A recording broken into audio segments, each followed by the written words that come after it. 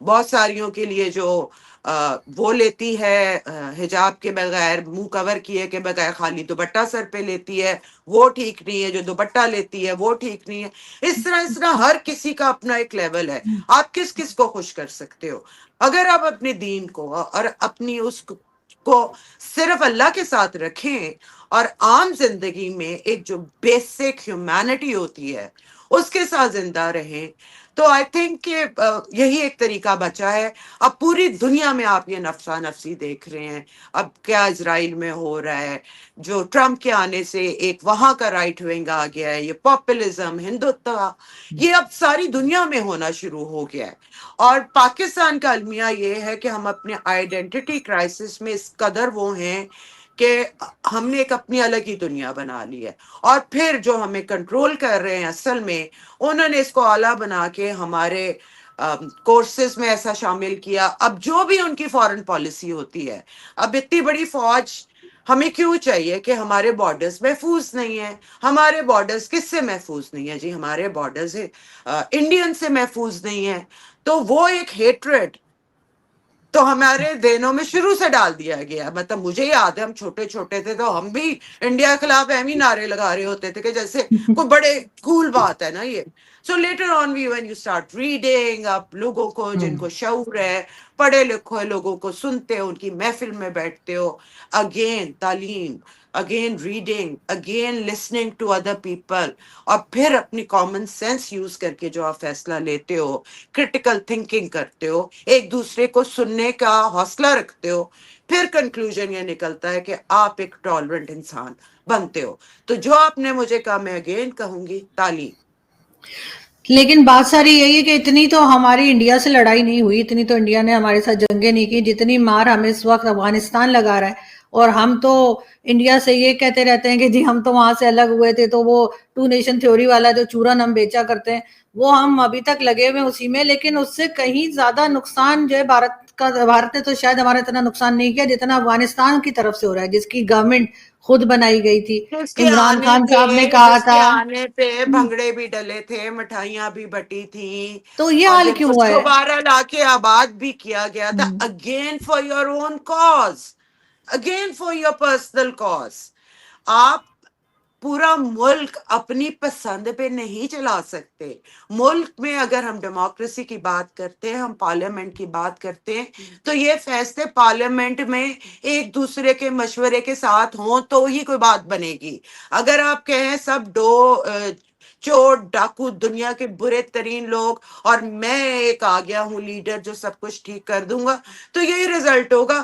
Because بھائی اپنا ہر کوئی اپنے ملک کی بہتری چاہتا ہے. افغانستان بھی اپنے ملک کی بہتری چاہ رہا ہے، ان کی اکانومی بھی ہم سے بہتر ہو گئی ہے. ہم بھی اگر یہی چاہیں تو ہمارے انڈیا سے ہر ایک سے تعلقات ٹھیک ہوں، ہماری ٹریڈ ہو، ہم بگیسٹ مارکیٹ بن سکتے ایک دوسرے کے لیے. بیکاز ہمارے ایموشن، سینسیبلٹیز، ہمارا اوڑھنا پہننا، ہمارے تہوار، ہماری عادتیں، وی آر سیم. اور اگر یہ مارکیٹ ہم بڑی کر لیں تو ہمیں تو ایسی طاقتور ہم یہ خطہ سب کانٹیننٹ کا بنا سکتے ہیں کہ دنیا دیکھے گی. وہ تو صحیح ہے، لیکن اگر ہم یہاں پر ٹیررزم کو روک نہیں پائیں گے بلکہ ان کو سپورٹ کریں گے تو بھارت کیا کوئی بھی کنٹری ہمارے ساتھ بات کرنے کو تیار نہیں ہوگی. اس وقت تو ایران بھی ناراض ہے، جو ہم نے ایئر اسٹرائک کی تھی ایران پہ، جو ایران نے کی تھی، وہ یہی کہا نا کہ انہوں نے بھی ہمارے یہاں کہا کہ ٹیررزم ہے، یا پھر ان کے جو لوگ یہاں موجود تھے اس پہ اٹیک کیا، اور ہم نے بھی یہی کہا. تو آخر ہم ٹیررزم کو کیوں نہیں کنٹرول کر رہے؟ ٹیررزم اور جس نے لے کے آئے تھے اب وہی کنٹرول کر سکتے ہیں، کیونکہ فارن پالیسی کے ڈیسیجنز پارلیمنٹ میں تو ہوتے نہیں. یہ تو اسی وقت سوچا جاتا ہے کہ کہاں سے ڈالر آئیں گے، کیا کرنا ہے، وہ کرنا ہے، اس کے مطابق کیے جاتے ہیں. ہم ایک permanent foreign policy, economic policy بنانی ہے مل کر، اور اس پہ بائی ہک اور بائی کروک عمل کرنا ہے. And that should happen in parliament. ہم نام کا ڈیموکریسی اپنے اوپر لگا کے بیٹھے ہیں. اب ڈیموکریسی کرنی ہے تو پھر آپ کو پارلیمنٹ میں فیصلے کرنے پڑیں گے، اور ہر ایک کا ریپرزینٹیٹو وہاں شامل ہونا چاہیے.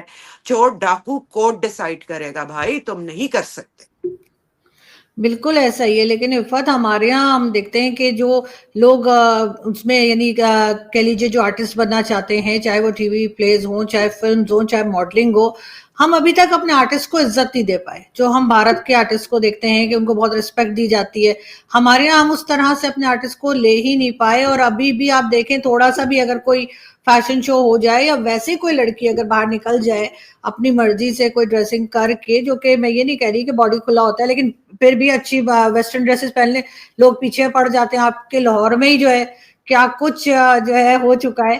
تو یہ مائنڈ سیٹ جو ہے، یہ ٹی ایل پی والا مائنڈ سیٹ، یہ جو ملا مافیا والا مائنڈ سیٹ ہے ہمارا، یہ کیوں نہیں چینج ہو رہا؟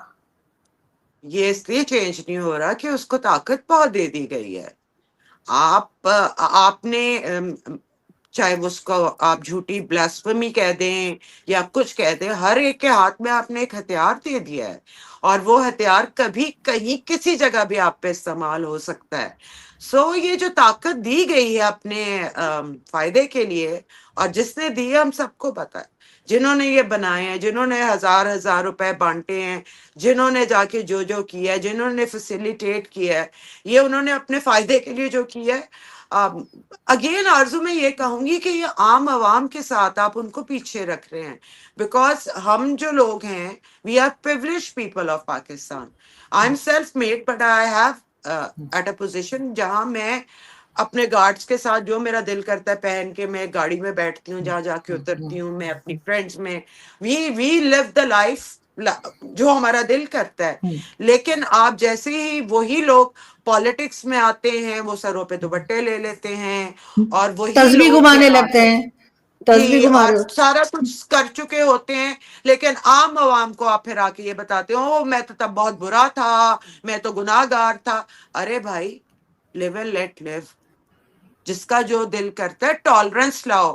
جتنا میں اپنے لیے کہتی ہوں میرا جسم میری مرضی، اسی طرح میں ایک حجاب والی خاتون کے لیے بھی کہتی ہوں ان کا جسم ان کی مرضی. نہ میں انہیں جج کر رہی ہوں، وہ پلیز مجھے نہ جج کریں. اچھا جج بھی کرنا ہے نا، آپ مجھے نقصان نہ پہنچائیں، آپ کریں جج.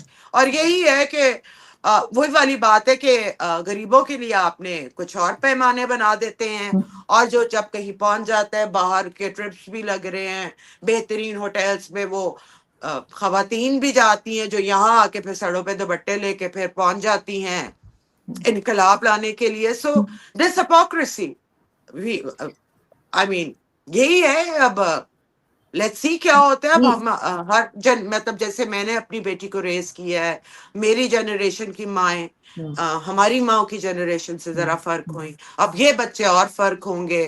صرف مسئلہ یہ ہے کہ ایوولوشن تو ہونی ہی ہونی ہوتی ہے. ہم 300 سال پیچھے ہیں، اور ہم ابھی تک اس لیے پیچھے ہیں کیونکہ ہم ایکسیپٹ نہیں کر رہے کہ یہ چیزیں آپ نے تعلیم میں، شعور میں شامل کرنی ہے. And religion and education and your living is separate.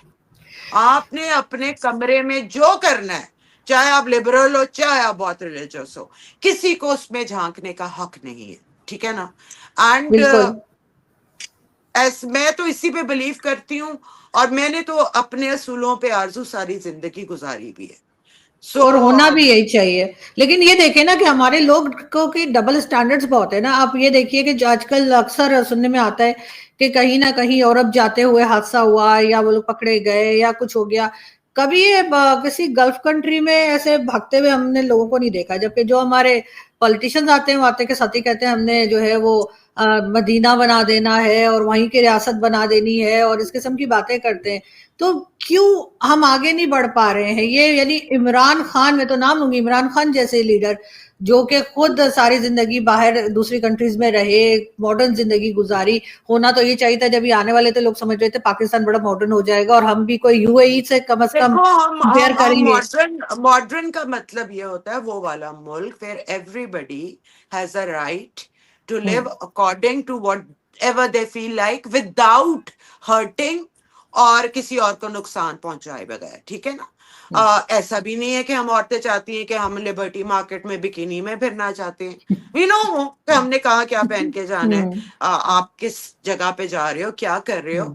لیکن آپ تو پردے والوں کو بھی نہیں چھوڑے ہو یار. یا تو یہ ہو نا کہ پھر یہی ایک وجہ. اور جب آپ کا پرائم منسٹر جو کہتے ہیں ویسٹ کو میرے سے بہتر کوئی نہیں جانتا اور اب امریکہ سے ہیلپ بھی مانگ رہا ہے, آپ ہی آ کے جب یہ بول رہے ہو کہ عورتیں کپڑے کیسے کیوں پہنتی ہیں, مرد کوئی روبوٹ تو نہیں ہے, یا آپ اتنی رات کو اکیلی نکلی کیوں تھیں, اس طرح کی باتیں ایک مرد جب آ کے کہے گا جس کو پوری ینگ جنریشن اپنا ہیرو سمجھتی ہے, بیکاز آپ ایک بہت مشہور کرکٹر تھے. ایک کرکٹر کا تو آپ کسی لحاظ سے خلاف نہیں ہو سکتے نا, بیکاز آپ ایک سیلیبریٹی اور آپ اچھا کھیلتے تھے, آپ بڑے کیرزمیٹک بھی تھے, آپ چپ چپ رہتے تھے, شرمیلے تھے, گڈ لکنگ تھے, آپ نے اس ملک کا بڑا نام انٹرنیشنل کیا, تو ہم سب کی جان تھے آپ. لیکن جب آ کے آپ ایک پالیٹیشین بنے اور آپ نے اپنے ویوز دیے, تو ایز اے پالیٹیشین کچھ لوگ میری طرح کے انہیں لگا کہ یہ تو وہ آدمی نہیں ہے جسے میں سپورٹ کرنا چاہتی ہوں. ٹھیک ہے نا, یہ تو کہتا ہے کہ مجھ سے بہتر تو کسی کو کچھ پتا ہی نہیں, میں تو آ کے ریاست مدینہ بنا دوں گا. اب آپ کہہ رہے ہیں میں نے ریاست مدینہ بنانی ہے, اور جب پھر اس کے تحت آپ پہ عدت کا کیس ہوتا ہے تو آپ مذاق اڑاتے ہو. کیا یہ ہمارے لا میں نہیں ہے؟ عدت کی ایک ٹائم ہے جس کے میں تو ویسے بھی کہتی تھی how is it possible in these age and time, جہاں الٹرا ساؤنڈ ہو رہے ہیں, جہاں پریگنینسی ٹیسٹ ہو رہے ہیں. میں تو پہلے سے یہ بات مان رہی تھی, لیکن آپ آ کے جب یہ کہتے ہیں کہ یہ ریاست مدینہ ہے تو اس کے لا کے مطابق تو آپ نے غلط کیا ہے. پھر یہ کانٹرڈکشنز کیوں آتی ہے؟ آپ ایک طرف ٹک تو جاؤ نا.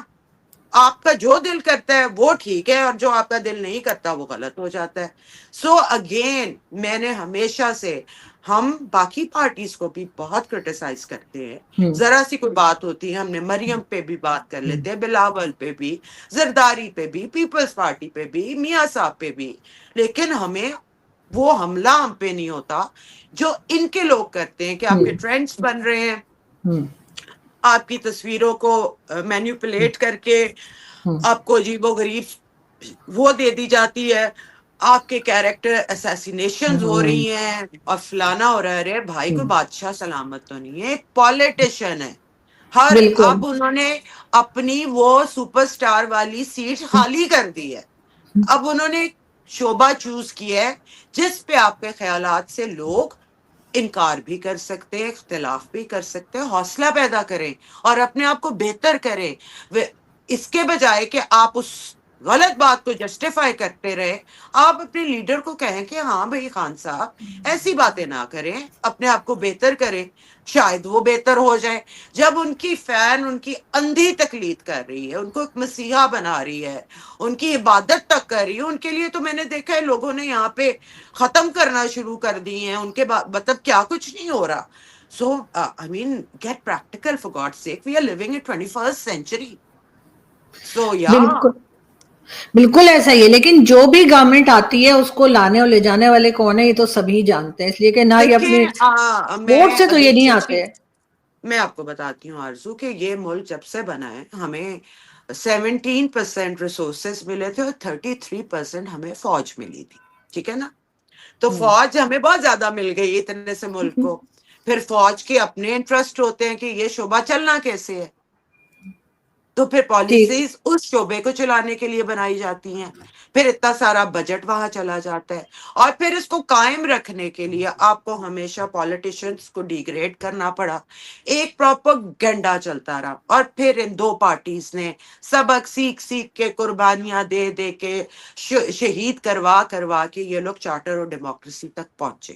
پھر کیا ہوا بے نظیر کے ساتھ ہمیں پتہ ہے, اگین ہلکا ہلکا جگہ لی, پھر ہمیں زرداری صاحب نے 18th امینڈمنٹ دے دی, ہمیں پھر ہلکا ہلکا ہوا, پھر ہمیں نواز شریف صاحب نے NFC ایوارڈز دے دیے. اس طرح آہستہ آہستہ جگہ بنی, 5 سال کی حکومتیں چلنا شروع ہو گئی. جب تک ڈیموکریسی 15-20 سال نہیں چڑھتی وہ اپنی جڑ نہیں پکڑتی. اتنی جگہ مشکل سے ان دو پارٹیوں نے تھوڑا سا اپنے آپ کو اسٹرانگ کیا تھا. انہوں نے ایک تیسری پارٹی لا کے سامنے رکھ دی, جنہوں نے آ کے اگین وہی نیریٹو چور ڈاکو چور ڈاکو چور ڈاکو کر کے لوگوں کو اگین پاگل کر دیا کہ اصل مسئلہ تو یہ ہے, ورنہ تو ملک پتہ نہیں کیا بن جاتا. خدائے کیا بنا دیا ملک کو, اور کنفیوز کر دیا. ہماری جو ینگ جنریشن ہے ان کو آپ نے کرٹیکل تھنکنگ کرنے کے بجائے ایک مسیحائی کے پیچھے لگا دیا. یہ ایج ہوتی ہے جذبات کی. ایک آدمی جس کو آپ اپنا ہیرو بھی سمجھتے آ کے ایسی تقریریں کرے تو آپ اس ایج میں بہت جلدی امپریس ہو جاتے ہیں. ہم جوانی میں ریمبو فلم دیکھتے تھے, ہم پاگل ہو جاتے تھے, او ایک بندہ آئے گا اس طرح پوری دنیا کو ٹھیک کر دے گا, مولا جٹ کی بڑکیں. Yes they do make an effect, لیکن دیٹس ناٹ دا وے کہ countries could be run by that. Countries جو ہیں وہ تو آپ کو تدبیر سے چلانی ہے, اپنا انٹرسٹ سوچ کے چلانی ہے, سخت فیصلے کر کے چلانی ہے.